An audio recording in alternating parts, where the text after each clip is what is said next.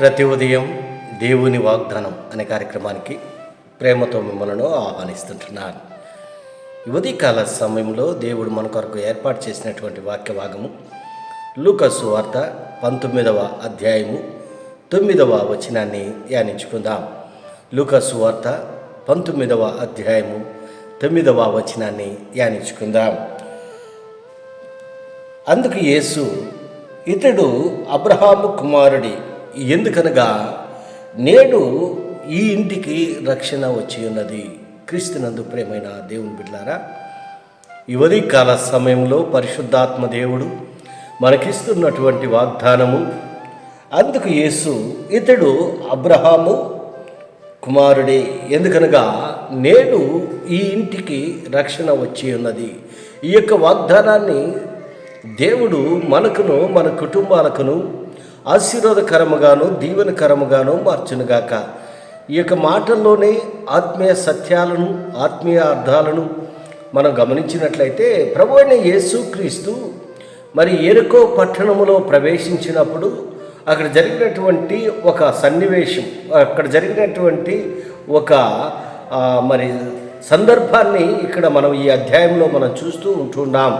మరి ప్రభువైన యేసుక్రీస్తు పరిచర్య కాలంలో అనేక ప్రాంతాలను సందర్శిస్తూ, అనేక ప్రాంతాల్లో సువార్తను ప్రకటిస్తూ, మరి అనేక అద్భుతాలను చేస్తూ, అనేక ఆశ్చర్య కార్యాలను చేస్తూ మరి వస్తున్నటువంటి క్రమంలో యెరికో పట్టణంలో యేసుక్రీస్తు ప్రవేశించాడు. యేసుక్రీస్తు చేసినటువంటి అద్భుతాలను బట్టి, ఆశ్చర్య కార్యాలను బట్టి ఆ యెరికో ప్రాంతంలో ఉన్నటువంటి అనేక మంది ఆయనను చూచుటకు మరి జనాలు తండోపతండోలుగా మరి వచ్చినట్లుగా మనం చూస్తూ ఉంటున్నాము. ఆ యెరికో పట్టణములో ఉన్నటువంటి ఒక సుంకపు గుర్తుదారుడైనటువంటి జక్కయ్య, రోమా ప్రభుత్వములో మరి పన్నులు వసూలు చేసేటువంటి ఒక వ్యక్తి ఉంటున్నాడు. ఆ వ్యక్తి పొట్టివాడుగా ఉంటున్నాడు. మరి ప్రజల దగ్గర అనేక రీతిలుగా మరి డబ్బులను వసూలు చేసేటువంటి, రెండంతలుగా వసూలు చేసేటువంటి వ్యక్తిగా ఉంటున్నాడు. ప్రజలందరూ కూడా ఆ వ్యక్తిని ఒక పాపి అనేటువంటి మరి దృక్పథముతో చూస్తున్నటువంటి సందర్భము.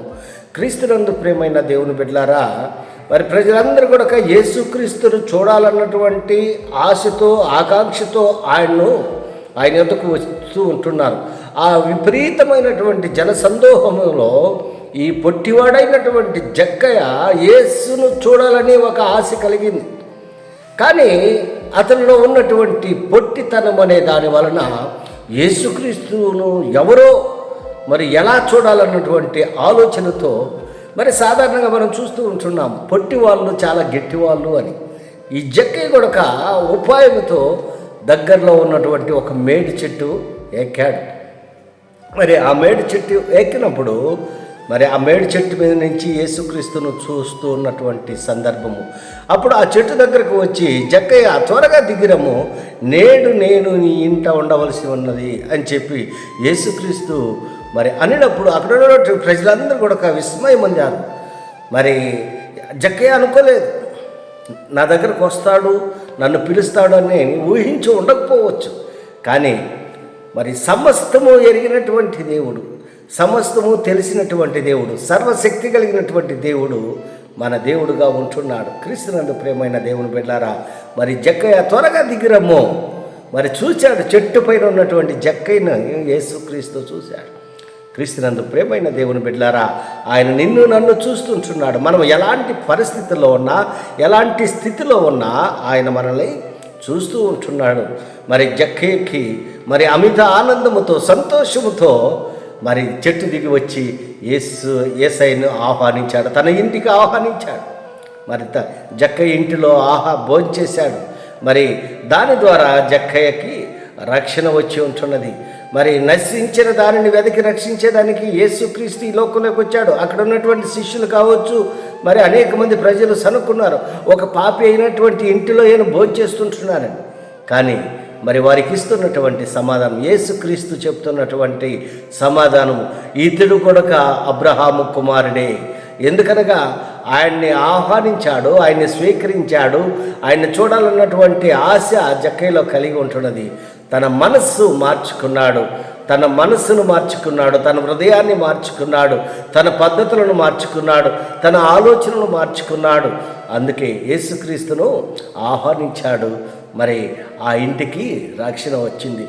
మరి జక్కే లాంటి పరిస్థితుల్లో మనం ఉంటున్నావేమో, యేసుక్రీస్తు ఈరోజు నీ ఇంటికి రాబోతూ ఉంటున్నాడు. నువ్వు ఆహ్వానించేదానికి సిద్ధంగా ఉంటున్నావా? నువ్వు ఆయన అంగీకరించేదానికి సిద్ధంగా ఉంటున్నావా? ఒకవేళ అలా సిద్ధంగా ఉన్నట్లయితే నీ ఇంటికి రక్షణ కలుగుతుందని ఈ కొద్ది మాటల ద్వారా నేను హెచ్చరిక చేస్తుంటున్నాను. దేవుడి యొక్క మాటలను మరెక్కువగా మీకును మీ కుటుంబాలకును ఆశీర్వాదకరంగాను దీవెనకరంగాను మార్చినగాక. ఆమేన్.